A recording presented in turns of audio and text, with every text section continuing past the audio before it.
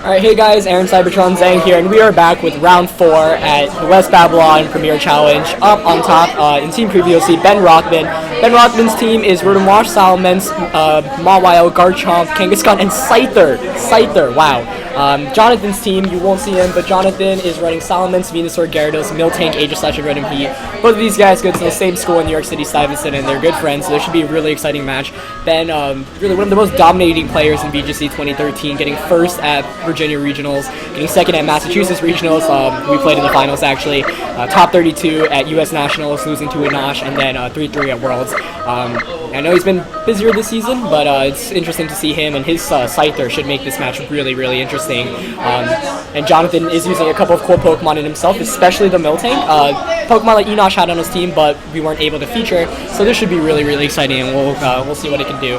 Obviously, the Scyther has Eviolite, but we don't know what else that Scyther does. I know my brother is actually a big fan of Scyther. He was trying to convince me to use it, but the only other time I've seen Scyther being used was when Wolfie was testing his 2012 team. Instead of Executor at that time, he ended up scraping it, but I practiced a lot with Wolfie that year, and he used Scyther a lot. It was a really cool Pokemon, and we'll see what Ben Scyther can really do here. It's actually surprisingly really bulky, and, you know, the moveset, it doesn't get Bug Bite, sadly, because of move tutors, so we'll see how this goes.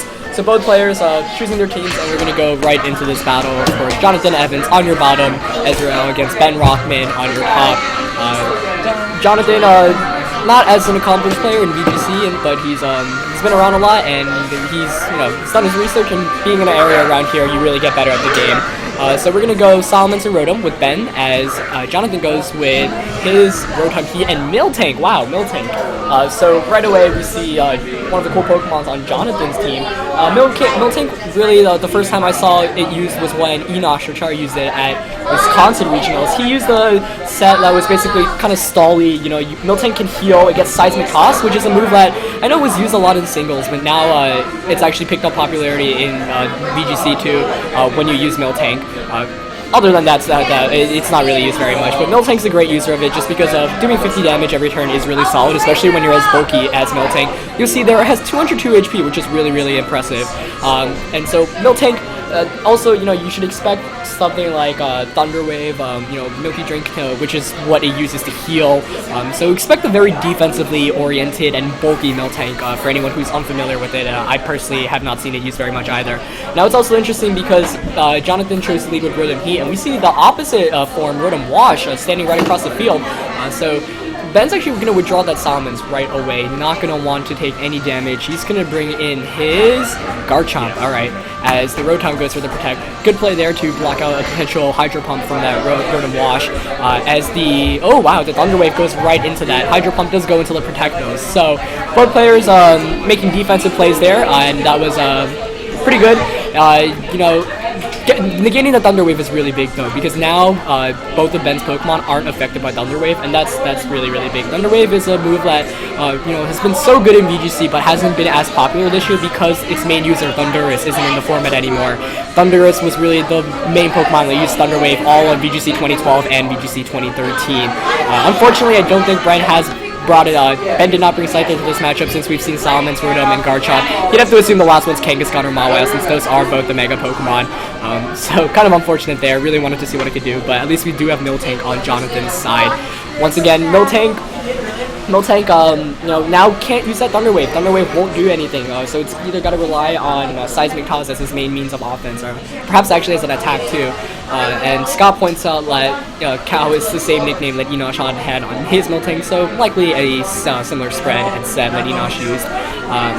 Once again, Rotom Heat not really in the best of positions right now. It's staring down two of the Pokemon that give it the most trouble in VGC 2014 in Rotom Wash and Garchomp. Garchomp, of course, gets access to Rock Slide, and Rotom Wash gets access to Hydro Pump, both super effective attacks onto that Rotom Heat.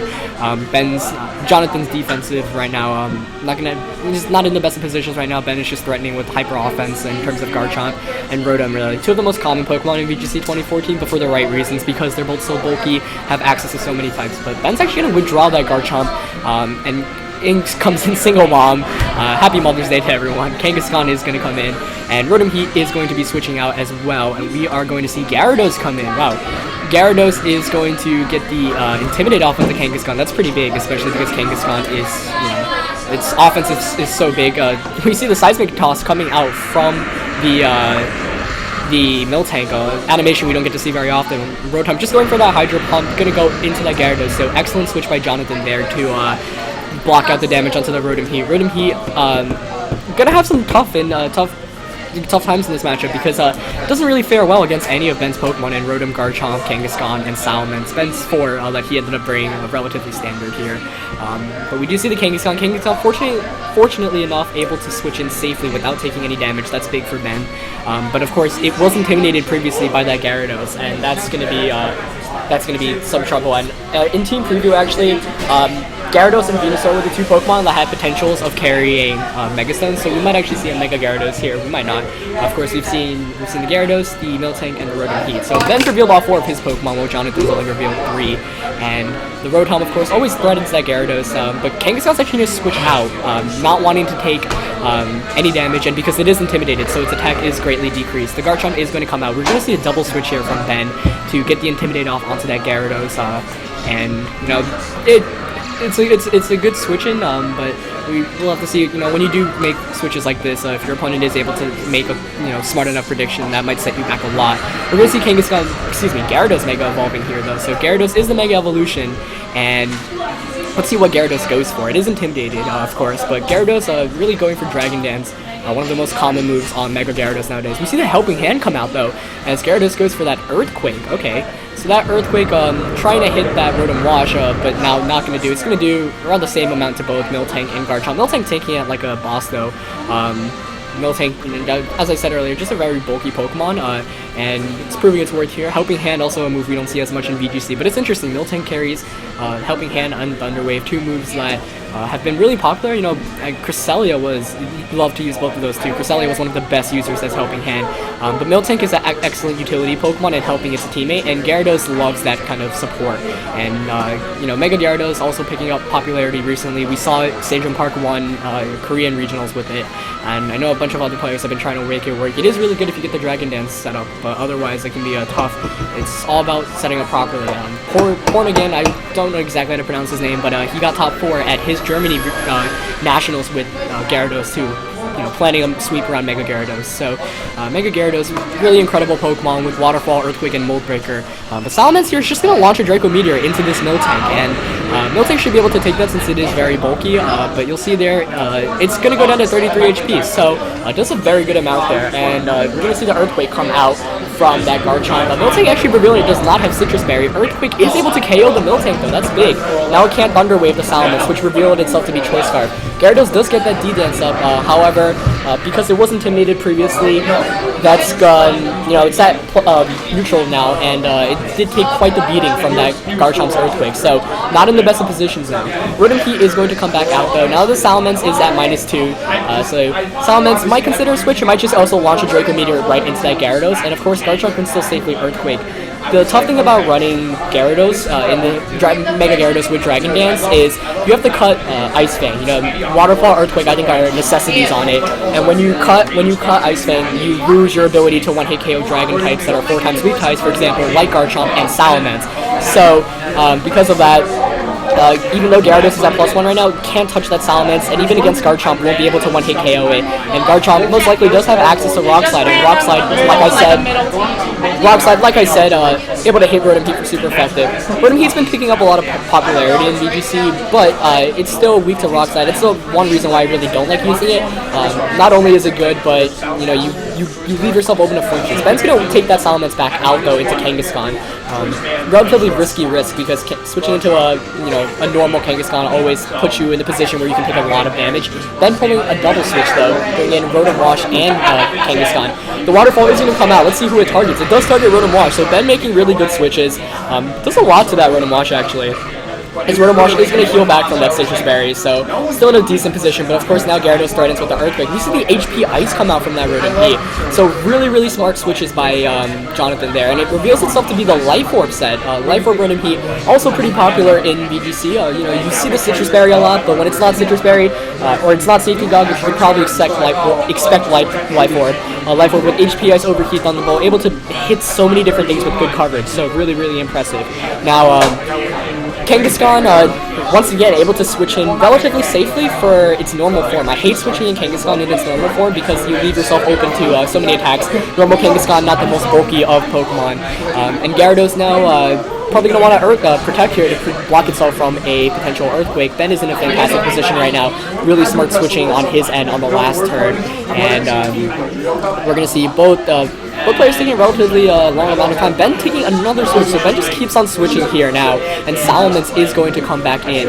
That's going to bring it. It's going to intimidate the Gyarados. So once again, smart positioning. You know, if you can't outspeed them, just decrease their attack, right? We're going to see the Kangaskhan finally Mega Evolving, so now it's not open to taking hits. Kangaskhan, you'd expect going for a Fake Out, but he might have actually went for a Power Up Punch as well. Gyarados does go for that Protect, as you'd expect. And now we are going to see the Kangaskhan go for the Return! Wow, into that Rotom Heat too. And that's going to do a lot, especially because Rotom Heat is not carrying Citrus Berry, but it misses out on the KO just by a bit, as Rotom Heat just goes for a Thunderbolt into the newly switched in Salamence. That's going to do a whole lot of damage, and Rotom Heat hanging out with 1 HP from that Life Orb. Once again, brilliant play by Ben there to not target Gyarados, knowing Gyarados would probably try to protect from a potential Fake Out, and that was a brilliant turn by Ben. Not only did he get so much damage off onto Rotom Heat, he also got the Gyarados back down to -1. A Mega Gyarados, even if it's fast, can't hit very hard if you're at -1, especially against the Kangaskhan. Your Earthquake is your spread move, but won't touch Salamence, won't do too much to that Kangaskhan. Waterfall is powerful, but that Salamence now back in as well, and he really can't touch Salamence very well right now. And Ben is he's doing really well, just making all these fantastic switches. Each switch able to carry him, bring him momentum, and so far Ben's been playing really well. Gyarados is going to switch out though. Jonathan deciding Aegislash. That's actually one of the best Pokemon to have in this matchup. As Rotom Heat goes for the Protect. And Ben, we saw the Rotom Wash in the back, and we saw the Garchomp. The Draco Meteor going into that Aegislash, so it's not going to do too much because Aegislash is in its defense form. And we're going to see it go down to 119 HP, so it goes around 40 damage. Obviously not very much, as we see the Power Up Punch go onto the Rotom. Not going to do anything, obviously, as Rotom protected. But now Kangaskhan's got a free... Kangaskhan's basically got a free KO onto this Rotom Heat slot, unless Rotom, of course, decides to go for a double protect, in which case the chance of that is only 1/3. However, now Kangaskhan, if Rotom either switches out, stays in and gets KO'd, or goes for the double protect chance. Of course, it also depends on what Aegislash is running. Aegislash not able to KO Kangaskhan in the range it's in.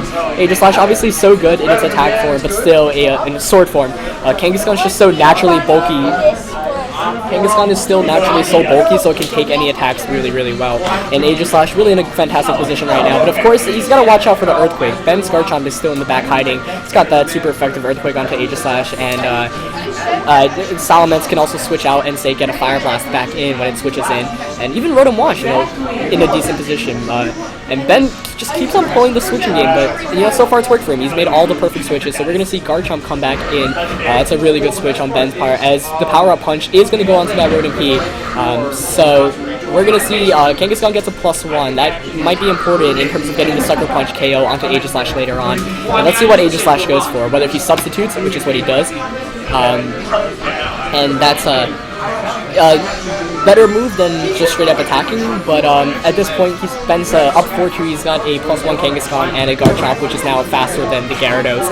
Gyarados losing its speed when deciding to switch out from that Dragon Dance. I think it was a play he had to make, but unfortunately by losing that speed you really lose now Kangaskhan is in a fantastic position. Kangaskhan and Garchomp faster than both Gyarados and Aegislash now, so Ben in a really, really good position. And switching is the name of the game in VGC. If you're able to make these switches to swing momentum into your favor, you should absolutely go for it. And Ben is showing how you make switches to completely swing momentum onto your end, so really, really well done by his end. And now Aegislash going to be annoying to take out because it does have that substitute up, but other than that, Ben just needs to target that Gyarados. You'd expect Gyarados to go for a protect this turn at this point, but if you're on Jonathan's end, you might have to go for some big plays and say go for a Dragon Dance. Sucker Punch does go into the does fail. Dragon Claw misses out the KO onto Garchomp, as Garchomp is able to get a waterfall off onto this Gyarados able to get a waterfall off onto that Garchomp. Not going to KO though, and with that rough skin, that's going to KO Gyarados, effectively bringing this game down to 4-1. Aegislash is a great Pokemon, but I can't see it effectively winning this match, especially since now it's basically forced to attack. The timer is running relatively low too. We do have only 3 minutes left in the game, but at this point it's a lost cause. You know, Aegis Slash is gonna have to break that substitute eventually by trying to go for an attack, and Kangaskhan as a result is just going to be able to sucker punch it. So Aegis Slash this time deciding, you know, it's accepted defeat as it does just go for an attack. So that sucker punch is going to break the first one, and at +1 it does a decent amount the second time. Garchomp probably going for an Earthquake here.